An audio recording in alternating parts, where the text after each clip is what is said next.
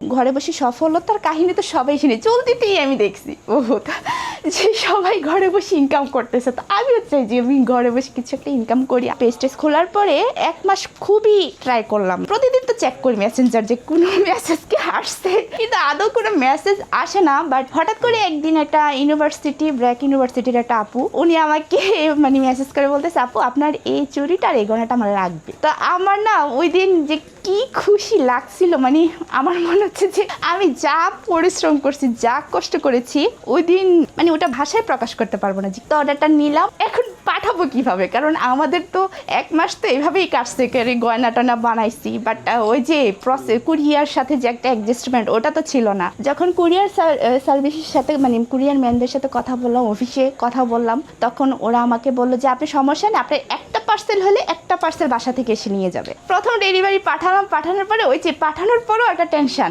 যে পাইলো কি পাইলো না। তো যখন পাওয়ার পর উনি আমাকে বলছে, আপু অনেক সুন্দর হয়েছে। বিশ্বাস করেন যখন আমার মেসেঞ্জারে এই কথাটা মানে আমি দেখলাম যে আপু, আমি তো প্রতিনিয়ত চেক করতেছি ওনার প্রোডাক্টটা গেছে কিনা। এরপরের দিন উনি আলহামদুলিল্লাহ প্রোডাক্ট পেয়ে গেছে। পেয়ে যাওয়ার সাথে সাথে উনি আমাকে বলছে, আপু প্রোডাক্ট পেয়েছে, অনেক সুন্দর হয়েছে, চুড়িগুলো অনেক সুন্দর হয়েছে এবং গয়নাগুলো অনেক সুন্দর হয়েছে, যা এক্সপেক্ট করেছে তার থেকে আরো দ্বিগুণ হয়েছে। ঘরে বসে সফলতার কাহিনী তো সবাই শুনে, চলতিতেই আমি দেখছি যে সবাই ঘরে বসে ইনকাম করতেছে। তো আমিও চাই যে আমি ঘরে বসে কিছু একটা ইনকাম করি। তো দেখা গেছে যে আমি চেষ্টা করলাম এবং কি ইনশাল্লাহ আমি আল্লাহর কাছে হাজার হাজার শুকরিয়া যে আল্লাহ আমার মানে এতটুকু যে দিবে আমি কখনো আশা করিনি। এবছর ইলেকশনের সময় আমি খুব অসুস্থ ছিলাম, হঠাৎ করে ইলেকশনের আগের দিন, তখন তো ডেলিভারি অফ হয়ে গেছিল। ওই দিন একটা আপু ফোন করে বলছে, আপু কালকে আমার ম্যারেজ ডে, আমার ইমিডিয়েটলি একটা গয়না লাগবে, যত টাকা লাগে যা লাগে যেভাবে লাগে আপনি করেন, আমার পাঠান। তাই আমি বলছি, আপু টাকার বড় ফ্যাক্ট না, আপনার পাঠানোটা আমার পসিবল না, কারণ কুরিয়ার অফ করে দিচ্ছে, যেহেতু নির্বাচন, সেখানে কুরিয়ারের সার্ভিসটা এখন হচ্ছে না। আমিও অনেক অসুস্থ ছিলাম। আমার জীবনে ফার্স্ট, আমার এই বিজনেস লাইফে আমি ফার্স্ট কি করলাম, ওই যে গয়নাগাটি প্যাকিং করে বেরিয়ে পড়লাম যে যাক, উনি যেহেতু চাইছে ওনারটা আমি নিচে গিয়ে দিয়ে আসবো। তো বনশ্রীতে তো যাওয়ার পরে আমি ওনাকে ফোন দিলাম, উনি তো খুবই খুশি হয়েছে যে আপু আপনি আসছেন। তো ওনার বাবা উনি দৌড়াই আসছে, আসার পরে আমাকে বলছে এখনই বাসায় চলেন। আমি না আপু আমার সম্ভব না, আমাকে এখন আবার ব্যাক করতে হবে। তো উনি আমার গয়নাগুলো দেখে খুবই খুশি হয়েছে, খুবই প্রশংসা করছে। ওনার বাবা তো আমাকে একদম অর্ধেক রাস্তা পর্যন্ত আমাকে দিয়ে গেছে, যে একটা একা মেয়ে মানুষ এসে পড়ছে, যাক ওনাকে আমি পৌঁছে দিয়ে আসি।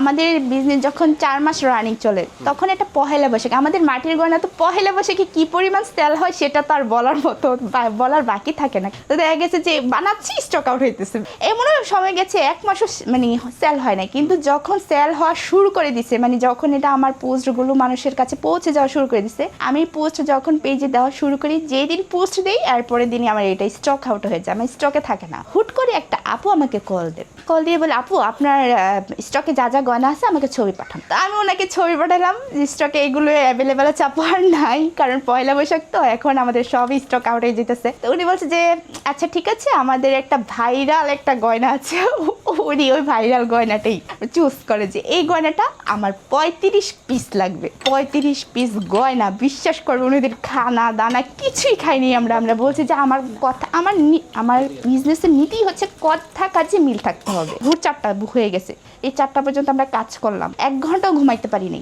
উনি কি করলো, এই গয়নাগুলো পুরানোর পরে সাথে সাথে এগুলো তো আর রং করা যায় না, 2-3 ঘন্টা এগুলোতে একটু শুকাতে হয়, পুরানো গরম থাকে। মানে মোটামুটি একদিনের ভিতরে উনি আমাকে 10টা বাজে টাইম দিচ্ছে, আমি 7টা বাজে কাজ কমপ্লিট করে ফেলছি। উনি তো খুবই অবাক আর এত খুশি হয়েছে।